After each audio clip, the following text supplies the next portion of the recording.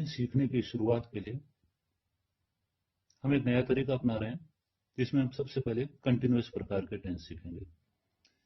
जैसे कि आपको पहले पिछले एपिसोड में बताया गया, अब कंटिन्यूअस प्रकार के टेंस कौन कौन से होते हैं? 3 प्रकार के होते हैं: present continuous tense, past continuous tense और फ्यूचर कंटिन्यूअस टेंस। देखिए, कंटिन्यूअस प्रकार के टेंसों को प्रोग्रेसिव टेंस भी कहा जाता है, जैसे प्रेजेंट प्रोग्रेसिव टेंस। ठीक है, हम यहाँ इस वीडियो में कंटिन्यूअस शब्द ही काम में लेंगे। तो 3 प्रकार के होते हैं: प्रेजेंट कंटिन्यूअस, पास्ट कंटिन्यूअस और फ्यूचर कंटिन्यूअस टेंस। कुल टेंस कितने प्रकार थे? 12 प्रकार। 12 में से 3 प्रकार के टेंस आज हम इस वीडियो को खत्म करने तक सीख चुके होंगे। अगर ध्यानपूर्वक आपने इस वीडियो को नहीं देखा तो दोबारा देखिए, तीसरी बार देखिए, निश्चित रूप से आपको कंटिन्यूअस प्रकार के तीनों टेंसों का ज्ञान प्राप्त हो जाएगा।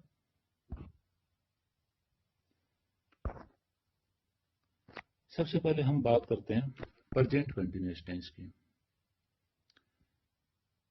प्रेजेंट कंटिन्यूअस टेंस अर्थात हिंदी के किन वाक्यों का अनुवाद इस टेंस के नियमों को काम में लेकर करना है, उसके लिए सबसे पहले हमें हिंदी वाक्य में उसकी पहचान ज्ञात होनी चाहिए।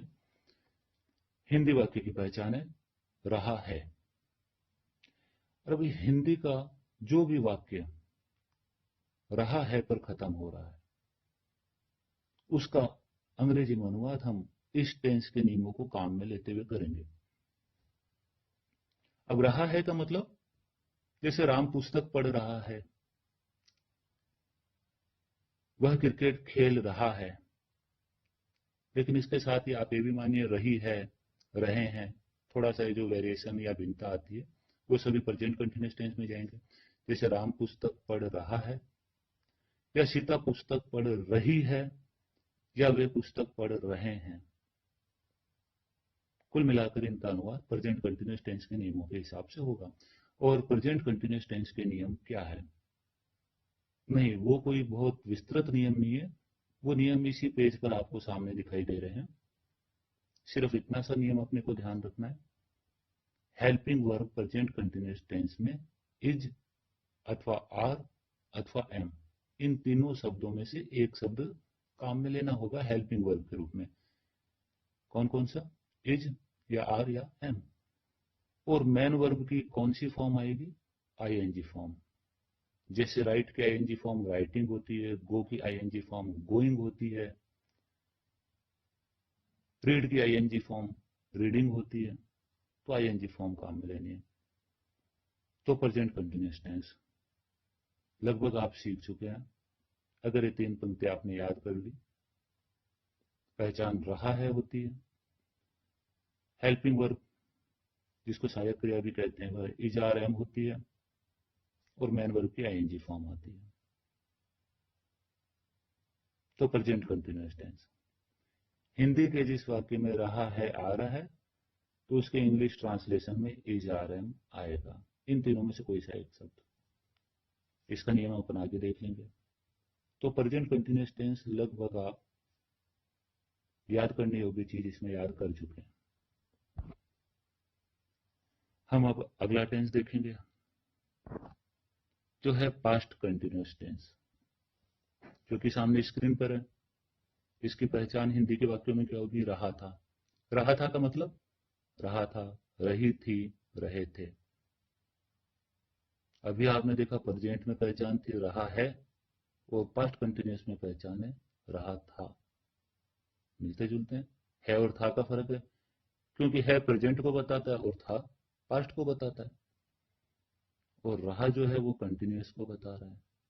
तो ये जो सामने आपको दिखाई दे रहा है रहा था, पास्ट कंटिन्यूअस टेंस से अनुवाद करेंगे। अब पास्ट कंटिन्यूअस टेंस के जो नियमों को हम अनुवाद करने के लिए काम में लेंगे, वो नियम क्या है? वो नियम सिर्फ इतने से हैं।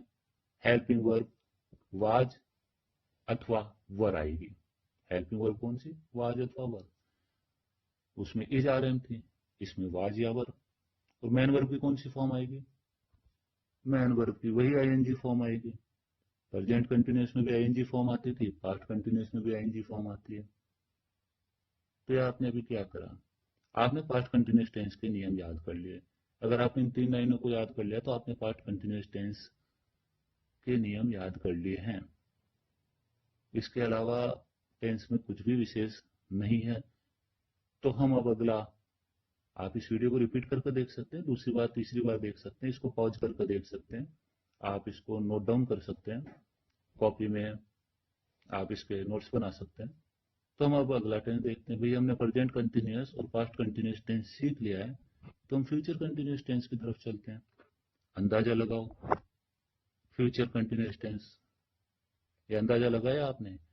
इसकी पहचान रहा होगा।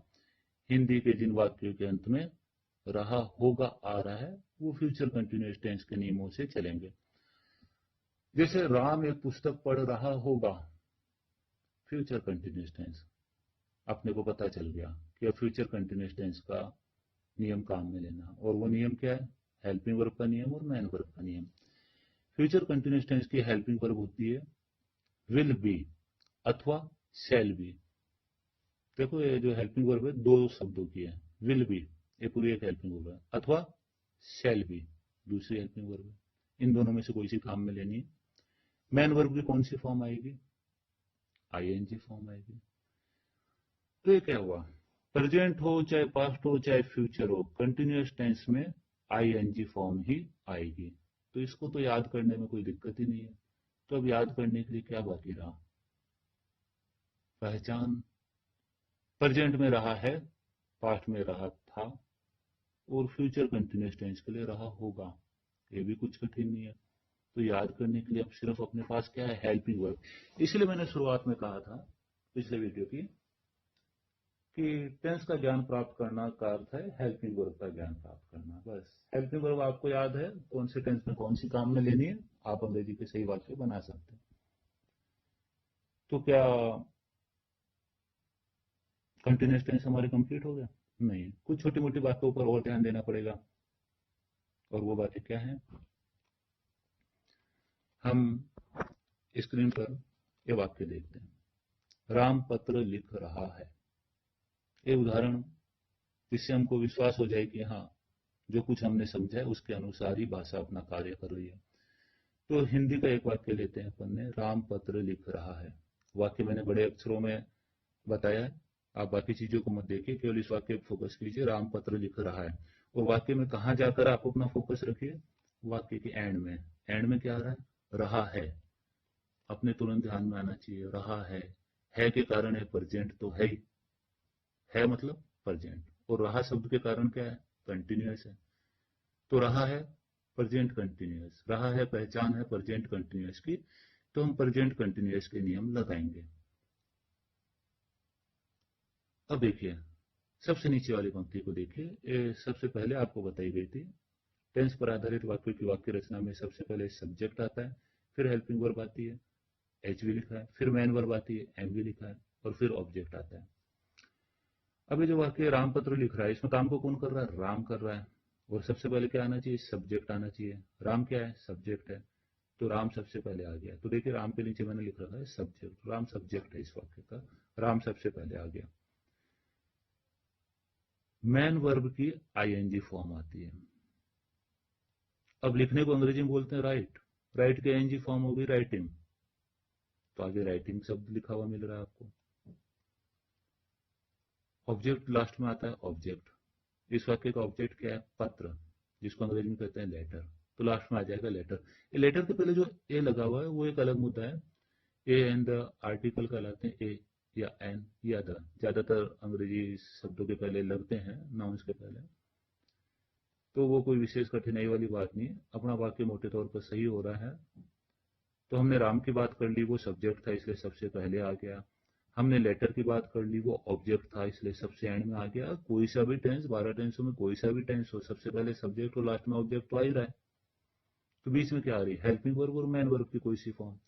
तो हमने देखा लिखना, राइट की आईएनजी फॉर्म आती है प्रेजेंट कंटिन्यूअस टेंस में, इसलिए राइटिंग लिख दिया। अब प्रेजेंट कंटिन्यूअस टेंस की हेल्पिंग वर्ब कौन सी होती है? प्रेजेंट कंटिन्यूअस टेंस की हेल्पिंग वर्ब बताई गई थी आपको, इज, आर या एम। या तो इज आएगा या आर आएगा या एम आएगा। तो राम के साथ क्या आया, इज आया। क्यों आया उसको अपन लास्ट में समझ लेंगे, बहुत ही सिंपल साधारण सी बात है। कुल मिलाकर हम एक बार कंपेयर कर ले में, तीनों टेंस की तुलना कर ले में, कि अपन अगर एक टेंस इसमें से आता है तो बाकी दो टेंस भी आसानी से आ रहे हैं अपने को। अगला वाक्य देखिए, इसकी को वाक्य पता चला आपको, चेंज हो गया। राम पत्र लिख रहा था, पहले था राम पत्र लिख रहा है, ये वाक्य बदल गया, राम पत्र लिख रहा था। अब रहा था, कौन सा टेंस हुआ, था के कारण ये पास्ट तो है ही, और रहा के कारण कंटिन्यूअस है। रहा था, पास्ट कंटिन्यूअस की पहचान में आपको बताया गया, रहा था मतलब पास्ट कंटिन्यूअस के नियम लगाने। नियम किस प्रकार से लगेंगे, वही सबसे पहले सब्जेक्ट, अंतिम पंक्ति देखिए, सबसे पहले सब्जेक्ट, लास्ट में ऑब्जेक्ट, बीच में हेल्पिंग वर्ब और मेन वर्ब। तो सब्जेक्ट की जगह क्या आ गया, बीच वाली पंक्ति देखिए, सब्जेक्ट की जगह आ गया राम, ऑब्जेक्ट की जगह क्या आ गया लेटर, मेन वर्ब कौन सी है राइट। कंटिन्यूअस टेंस में मेन वर्ब की हमेशा आईएनजी फॉर्म आती है, तो अपन ने लिख दिया राइटिंग, आईएनजी लगा कर लिख दिया। अब चूंकि पास्ट कंटिन्यूअस था, बस अपने को हेल्पिंग वर्ब अपने मन से लानी पड़ेगी, वो हिंदी के वाक्य में कहीं पर मिलती जुलती नहीं मिल रही है। तो पास्ट कंटिन्यूअस टेंस है, इसलिए हेल्पिंग वर्ब होती है वाज या वर। राम के साथ वाज आएगा, क्यों आएगा वो भी अपन अंत में देख लेते हैं। तो वापस एक बार पहले चलते हैं। पहले था रामपत्र लिख रहा है, इसमें है रामपत्र लिख रहा था। अगला वाक्य, हाँ सही अंदाजा लगाया, रामपत्र लिख रहा होगा, और रहा होगा का मतलब फ्यूचर कंटिन्यूअस टेंस।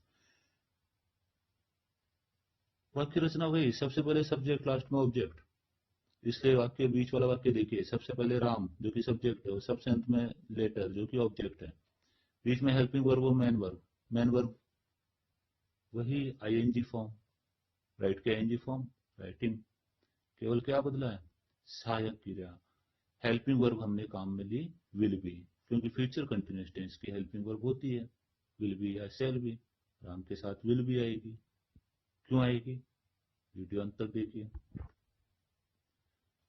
अब आप इन तीनों हिंदी के वाक्य को देखिए, ये तीन अलग अलग प्रकार के टेंस को दर्शाते हैं। राम पत्र लिख रहा है, राम पत्र लिख रहा था, और राम पत्र लिख रहा होगा। हिंदी में आप देखेंगे कि इन वाक्यों में कोई विशेष फर्क नजर नहीं आ रहा है, लेकिन इनके अर्थ में बहुत बड़ा फर्क है।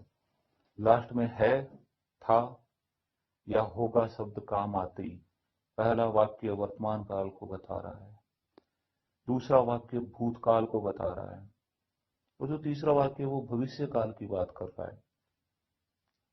लिख रहा है, या फिर लिख रहा था, या फिर लिख रहा होगा, तीनों वाक्यों में बहुत फर्क है। लेकिन वो फर्क सिर्फ एक शब्द के कारण पैदा हो रहा है, अंतिम, हिंदी में वो अंतिम शब्द के कारण पैदा हो रहा है, था या होगा से हमको पता चलता है कि कार्य वर्तमान काल का है या भूतकाल का या भविष्य काल का। और उसी प्रकार इन तीनों वाक्यों का अंग्रेजी अनुवाद देखिए, आप देखेंगे तीनों ही वाक्यों में शुरू में राम आ रहा है और बाद में राइटिंग अ लेटर आ रहा है। कोई भिन्नता आ रही है तो कहां पर आ रही है, सेकेंड शब्द में, इसमें इज आ रहा है, सॉरी, दूसरे वाक्य में वाज आ रहा है, और तीसरे वाक्य में विल भी आ रहा है, हेल्पिंग वर्ब जिसको कहते हैं। और इन हेल्पिंग वर्ब के फर्क के कारण ये तीनों ही वाक्य अलग अलग टेंस के हैं। पहला वाक्य प्रेजेंट कंटिन्यूअस का है, क्योंकि इज आ रहा है, प्रेजेंट कंटिन्यूअस किया। दूसरा पास्ट कंटिन्यूअस का है, वाज वर। और तीसरा फ्यूचर कंटिन्यूअस का वाक्य विल बी शैल बी। और जो बात अंत में बताने की थी, प्रेजेंट कंटिन्यूअस टेंस में तीन सहायक क्रियाएं आपको बतवाई गई थी, लिखवाई गई थी, इज अथवा आर अथवा एम। तो आप पढ़ना शुरू कीजिए। एक वचन सब्जेक्ट के साथ इज आता है, एक वचन, राम एक व्यक्ति का नाम है, वो एक ही है, इसलिए वो एक वचन है, और उसके साथ क्या आएगा, इज। इसलिए अपन ने लिखा था राम इज, अपन ने राम आर या राम एम नहीं लिखा, क्योंकि एक वचन के साथ इज आता है। लेकिन सब्जेक्ट अगर बहुवचन होता तो फिर आर आता। बहुवचन का सब्जेक्ट, जैसे राम और मोहन खेल रहे हैं, ये बहुवचन हो गया। Ram and Mohan are playing. हम खेल रहे हैं, हम बहुवचन हो गया। We are playing. और एक तीसरी जिसको हम कह सकते हैं अनोखी हेल्पिंग वर्ब है एम, जो कि केवल आई के साथ आती है, वो भी केवल प्रेजेंट कंटिन्यूअस टेंस में। मैं खेल रहा हूं, आई एम प्लेइंग। मैं खेल रहा हूं, आई एम प्लेइंग। राम खेल रहा है, राम इज प्लेइंग। हम खेल रहे हैं, वी आर प्लेइंग। तो आपको इज आर एम का प्रयोग काफी हद तक समझ में आ गया होगा। इसको लिखकर बार बार पढ़कर याद कर सकते हैं अपन। एक चीज और बचती है, यू। यू के साथ यहां पर क्या आएगा? तो यू के साथ यहां पर यू आर प्लेइंग आएगा। तुम खेल रहे हो, यू आर प्लेइंग। अब हम इज आर एम के बाद हम देखते हैं वाज वर्ब को। हाँ, बिल्कुल सही सोचा। एक वचन सब्जेक्ट के साथ वाज आता है, बहुवचन के साथ वर आता है। एक वचन के साथ इज आ रहा था, यहां पर एक वचन के साथ क्या आएगा? वाज। बहुवचन के साथ वहां पर आर आ रहा था, यहाँ पास्ट टेंस में बहुवचन के साथ क्या आ रहा है? वर। तो वाज वर में से कौन सा किसके साथ आता है? वाज एक वचन के साथ आता है, वर बहुवचन के साथ आता है। आई के साथ क्या आएगा? पास्ट टेंस है, इज आर एम तो प्रेजेंट टेंस की बात थी। वाज वर में से आई के साथ क्या आएगा? तो आई, मैं खेल रहा था, आई वाज प्लेइंग। मैं खेल रहा हूं तब तो आई एम प्लेइंग था, लेकिन मैं खेल रहा था, आई वाज प्लेइंग। तो आई का अपने को थोड़ा विशेष ध्यान रख लेना चाहिए। यू के साथ तो वही है, यू वर प्लेइंग। इसके बाद यहां पर भी आपने एक वचन बहुवचन का सोचा था, विल बी और शेल बी में। नहीं, देखिए मैंने यहाँ शेल बी और विल बी लिखने के स्थान पर केवल शेल विल लिखा है। आगे आप समझ जाएंगे क्यों। क्योंकि विल शेल का नियम पूरे फ्यूचर टेंस में चलेगा, फ्यूचर के चारों प्रकारों में चलेगा। और सीधा सा नियम है, बहुत ही आसान काम हो जाता है। एक वचन बहुवचन की यहाँ पर कोई बात नहीं होती है। आई मतलब मैं, वी मतलब हम, मैं हम, इन दोनों शब्दों के साथ सेल आता है। और अन्य सभी शब्द चाहे एक वचन हो चाहे बहुवचन हो, उनके साथ विल काम में लेना है। तो बात थी अभी अपने फ्यूचर कंटिन्यूअस टेंस है, तो आई और वी के साथ क्या आएगा? Shall be. अन्य सभी के साथ विल बी।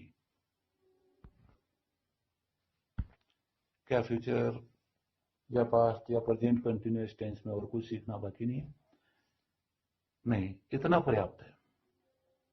आपने इतना सीख लिया, आपके तीनों टेंस तैयार हो गए।